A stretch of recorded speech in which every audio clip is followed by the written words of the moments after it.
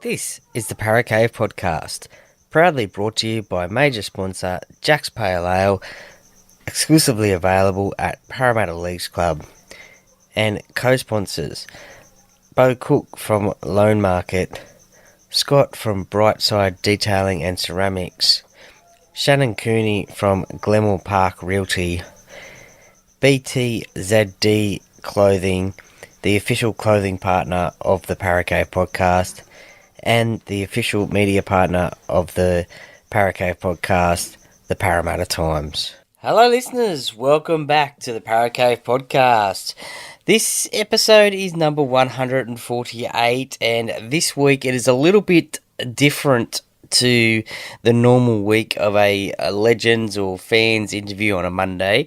This week on a Monday, today, is the episode I did with the Duckman on his weekend sports wrap show on a Sunday night. It is the review of the NRL Round, and this week it was NRL Round number 7. So it is a bit of a recap of that one, and as I said, a little bit different to the usual weekly lineup of podcasts.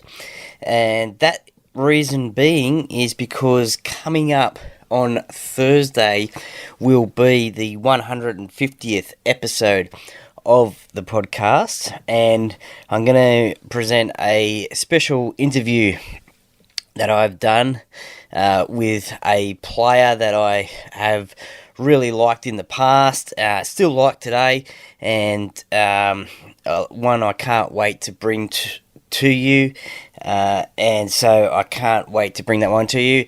So that's the reason for the bit of a shake-up of the podcast this week. So that will be out on Thursday. That'll be episode 150. This is episode 148, and 149 will be my weekly excerpts from the Talking Para podcast. So a little bit different, but I think you'll enjoy the 150th, and that's the reason why. So let's get into the chat now that I had, which was recorded live from Commbank Stadium last night at Sunday night after the Parramatta Eels versus the Canterbury Bankstown Bulldogs game. This was recorded live via phone outside the ground, so there's a little bit of fan interaction as well, so that's the reason why it sounds a little bit different to normal. So anyway, I hope you enjoy it, and it's over to the Duckman. All right, welcome back to Weekend Sports Wrap. You're here with the Duckman, and we've got special guest Troy Warner from the Paracade Podcast on now as well. Troy, how you going? I'm going fantastic, Duckman, especially after that Parramatta Eels victory over the Canterbury Bankstown Bulldogs. I'm live here at Commbank Stadium just with all the fans after the win. Yeah, there you go. So it's good to be able to do a live cross every once in a while, and yeah, obviously soaking up the atmosphere after the big win there for the Eels today. Yeah, 30-4 victors over the Bulldogs. It was a bit of a tough game today in the first 20 minutes. It was a bit of a grinding game, and then a few tries to Parramatta. Will Penasini scoring the first try, and it was 16-0, I think it was at half-time. And then that same thing in the second half. It was a bit of a grinding game in the second half, and then the floodgate sort of opened up. RCG scored a try, and I forget who. Michael Sevo scored his double at Commbank Stadium. I think he scored 40 tries in 41 games here at Commbank Stadium now, so impeccable record for Michael Sevo here at Commbank Stadium, and the Eels get the win. It's a pretty extraordinary record, really. Trying to think, who's the leading try scorer all time in the NRL? Was it Ken Irvine? I think maybe it was. So Ken's on, I think, 212 tries.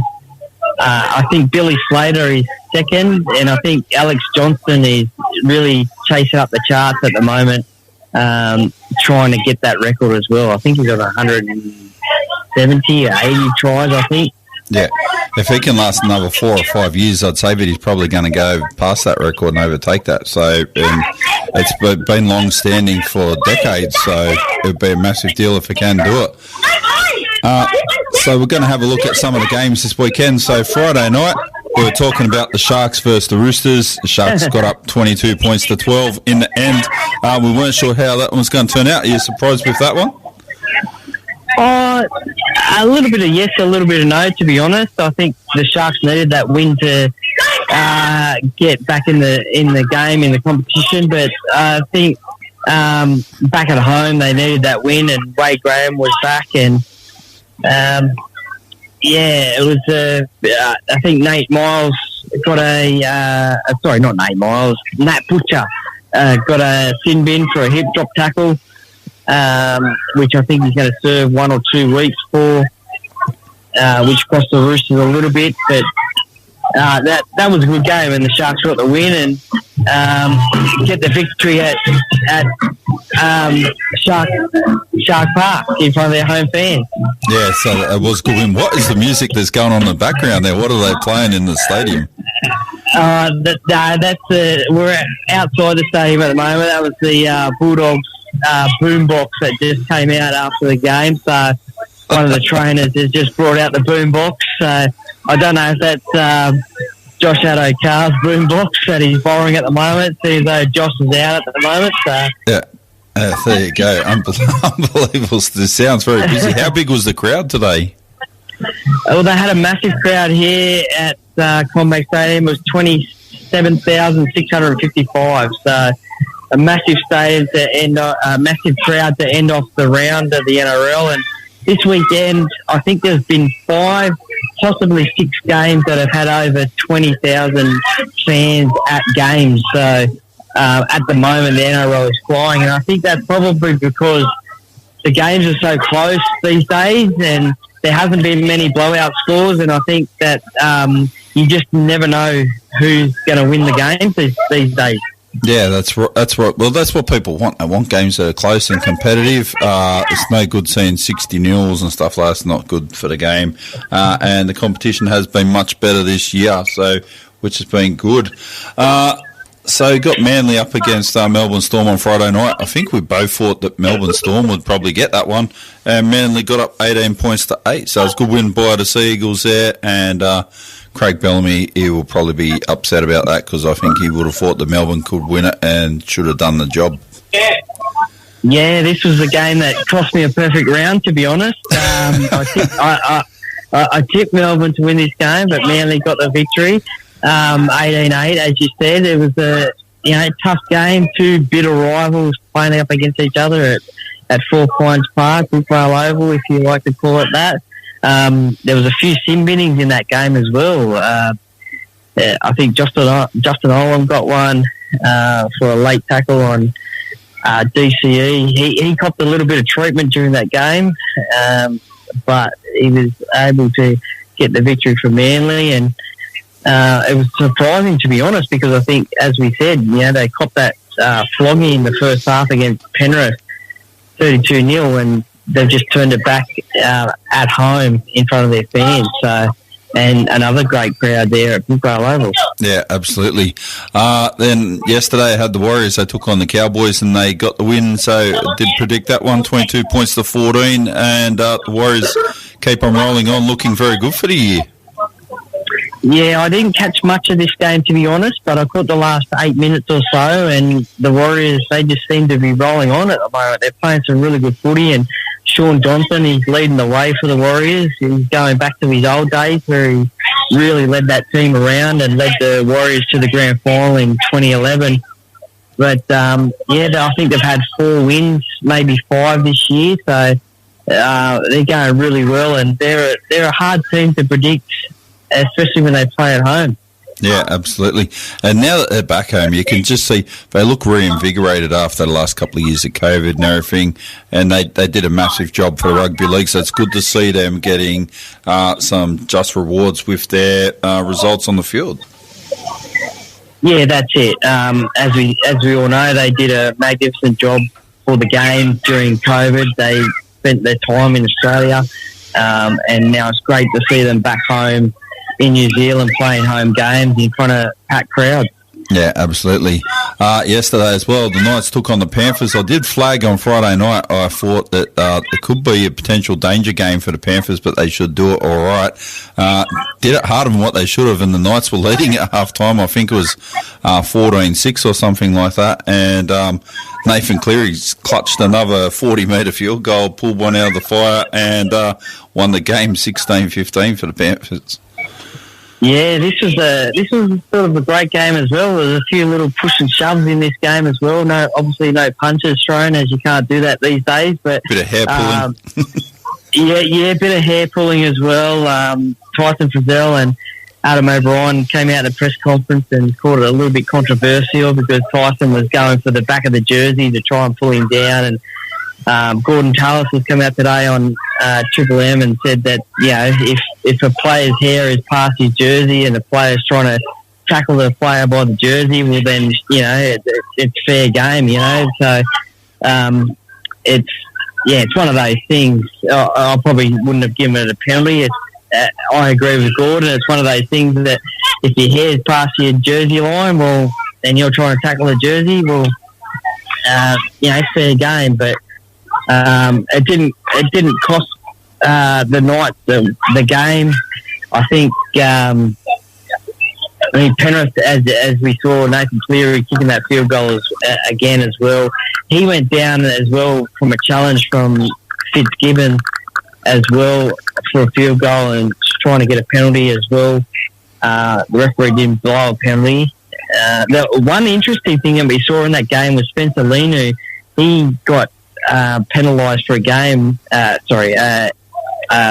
I think, on a chaser through for a try, but the referee, they captain's challenged it. It was probably the best captain's challenge you've ever seen, and he got it reversed. So, but the Newcastle Knights, credit to them, they really stood up in that game.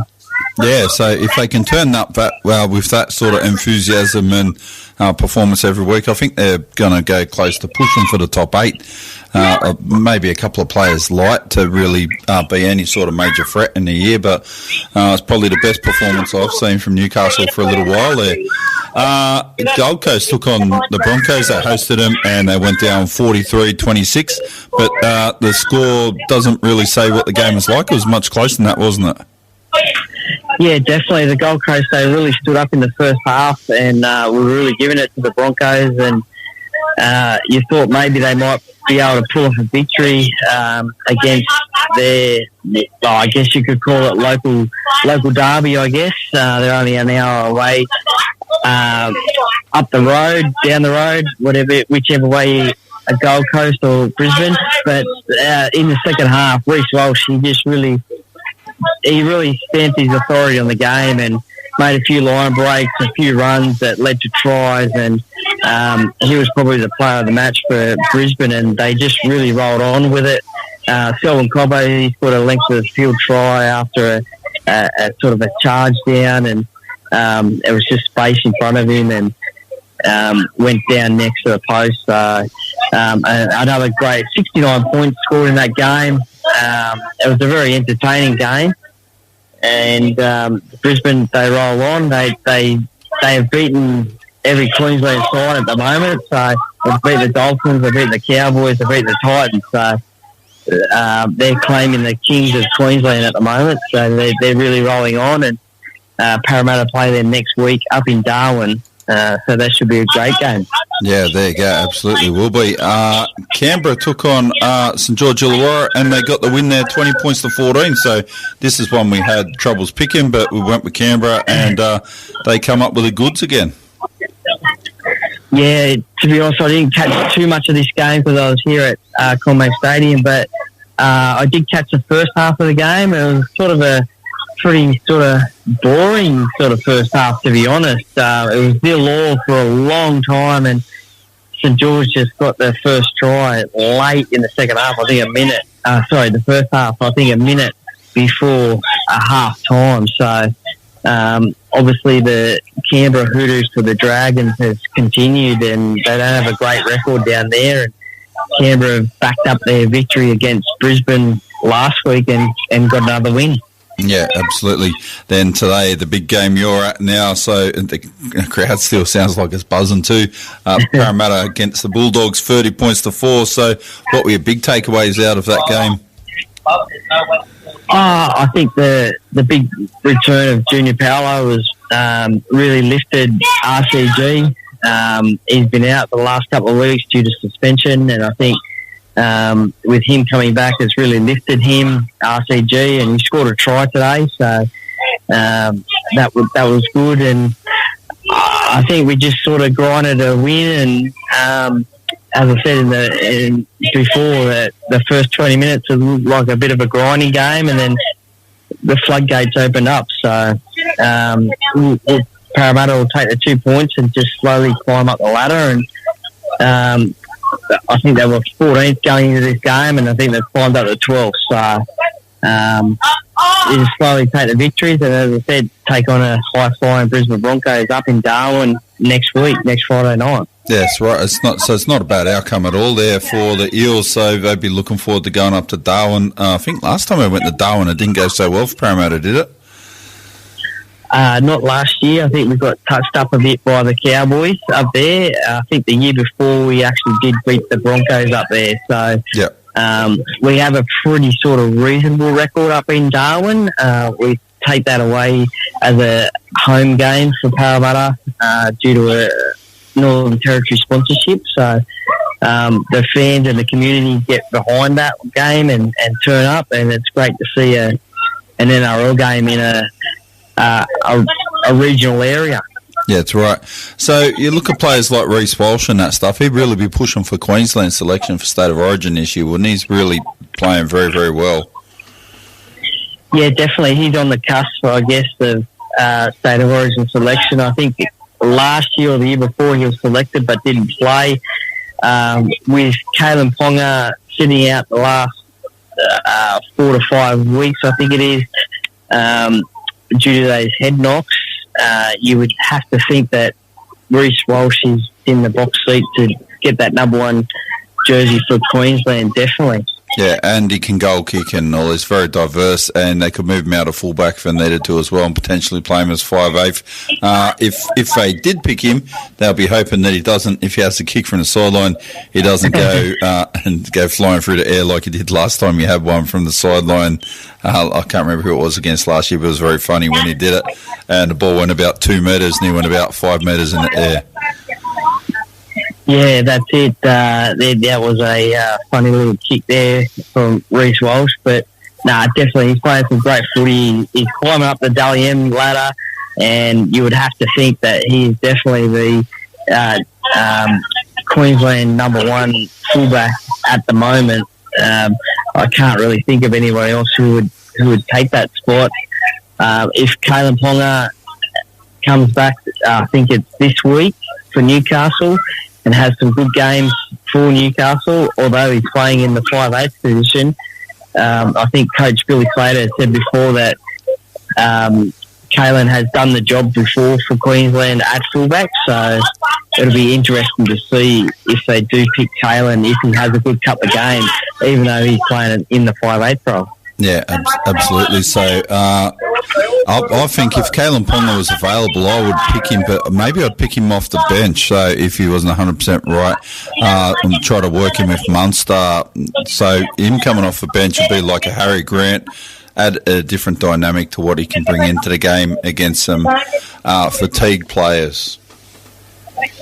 Yeah, he could possibly slot into that 14 role, and he can play fullback, he can play wing, he can play 5'8".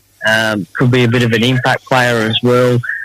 As we all know, Origin is a lot tougher than normal club football, so you've got that risk of obviously head injuries again, but he could potentially slot into that 14 role. Yeah, so speaking of players like that, so we've got Jack Whiten's come out this week as well and said he's not going to play for New South Wales this year. I do think this has probably got a bit to do with his contract being up in the area. He wants to focus on his game and sorting out his future. I don't think he'll stay with the Raiders, and they've offered him a lot of money now. I think he wants to go somewhere where he's got a genuine chance of winning a premiership, and that's probably not with the Raiders, to be fair, on the whole take out of that. Yeah, that's a very interesting one that he's reported, I think, in the paper today that, he's not going to put his hand up for State of Origin selection. You would think that maybe Tommy Turbo and Latrell Mitchell would be the centre combination for New South Wales, and potentially Jack White would be the 14 for New South Wales, but he's come out today maybe and said that he might not put his hand up. It's an interesting contract situation. I think, as you said, Canberra have put a lot of money up on the table, and it'd be interesting to see if he does go anywhere else, but you would probably want him to be a one-club player for Canberra. Yeah, so he's got the same sort of impact, I think, on Canberra like Andrew Eddinghausen had with Cronulla, and just people in the area associate and relate to Jack Whiten, and he's done a couple of silly things in the past, but in general, Jack Whiten has been sort of the benchmark for Canberra and what they do on the field and off the field and all this sort of stuff as well, which the club needs. Yeah, well, he's Canberra's highest paid player down there. He's a representative player. He played for Australia last year at the World Cup. He's played all his career at Canberra. He won a Dally M at Canberra, played in a grand final. So you would probably like to think and you'd like to hope that he would stay at Canberra. But you never know. Maybe someone like the Dolphins may put in a bigger offer and maybe try and get Jack Whiten and get that marquee signing that they didn't get this year. Yeah, and so talking about other signings and all that sort of stuff, so you got Jerome Luai and Dylan Edwards. The media are beating it to death at the moment, so they must not have too much to talk about. They think that Penrith are probably going to have to release one or both of them. Not going to be able to keep both of them. They may well do that, but they're not going to come in the $1 million mark at Penrith because Penrith are just not going to be able to pay that money for both of them. Yeah, well, that's what probably happens when you win two competitions in a row. Your players' values go up, and I saw that the other day, and it's pretty interesting who you would keep, whether it's Dylan Edwards or Jerome Luai. A lot of people are saying that I've spoken to are probably saying that they keep Dylan Edwards at fullback. Penrith have got a lot of halves coming through. We have seen Isaiah Katoa coming through, but he's now gone to the Dolphins. So there's a big production line at Penrith for halves. It's an interesting one to see who you would keep, whether you keep Dylan or whether you keep Jerome. So, but both of them will be asking a lot of money. Yeah, so I know from my own personal choice, I would be trying to keep Dylan Edwards. I don't think he's quite as good a player maybe as Jerome Luai. So Jerome Luai is more of a bit of an X-factor player, but I think Dylan Edwards could be one of these guys that's like we just talked about with Jack White and Andrew Eddinghausen and all this, where they could spend their whole career at one club. So he does come across as that kind of guy, and he's someone that could be a leader within the team. I know Jerome Luai is too, but you can't keep everybody, unfortunately, so that's how the salary cap works. It'd be interesting to see who picks them up. So you did say you think that the Dolphins might look at Jack Whiten. So everyone keeps throwing West Tigers into the mix, and they say that they think Jerome Luai should go there. Like, I can't see why Jerome Luai would go to a club that's struggling. Like, he would be able to command where he goes to, and people are saying they think he could be a good fit with the Bulldogs and play with Matt Burton. So that's pretty logical what they're looking at there. But how do the Tigers attract good players? Yeah, no, it's a difficult one for the Tigers, isn't it? I think there was a thing in the paper today about Lewis Dodd, I think it is, from St Helens over there in England. People are telling him not to play for him, Yeah, so it's very hard for the Tigers to attract players if those sort of comments are coming through. So you would have to think that the Tigers would probably pay overs for players to get them at the club. with what's going on the field and off the field as well. So, yeah, difficult one there. Yeah, see, the big thing I'd have concern with for the Tigers, I suppose, at the moment is even if Tim Sheen steps down, Robbie Farah and Benji Marshall are supposed to be taking over. They haven't got NRL coaching experience. They're both good players, but they're there now helping Tim Sheen, and they're not improving. So, or they're not competing and winning these games. So, where do you go from that? Yeah, well, I mean, you'd want to go to a club with probably a experienced coach, and as you said, if Tim Sheen stands down, then Benji Marshall and Robbie Farah are going to take over. So, well, that's the plan anyway for, I think, 2025. So, yep.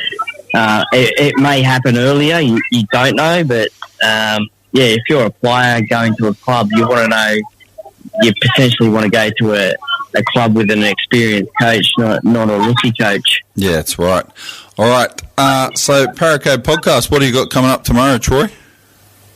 So I've got a little bit of an interesting dilemma this week, to be honest. I'm going to mix it up a little bit. I'll probably replay this chat that we have tonight, tomorrow. Yep. And then I'll probably have the other podcast that I'm involved in, the Talking Para podcast. I'll have that little excerpt, and then I'll have the 150th episode come out. So I've got a few options for the 150th episode. I've got Brad Takarangi, I've got Jake Duke from Fox League, and I've also got Jeffrey Morgan as well. So I've got a few options there, so I'm going to mix it up a little bit this week. So stay tuned, and we'll see who comes out, but there'll probably be a chat come out. This chat will come out tomorrow morning for the listeners to listen to. Yeah, absolutely. That's good. Have you ever had a chat with Dennis Fitzgerald before?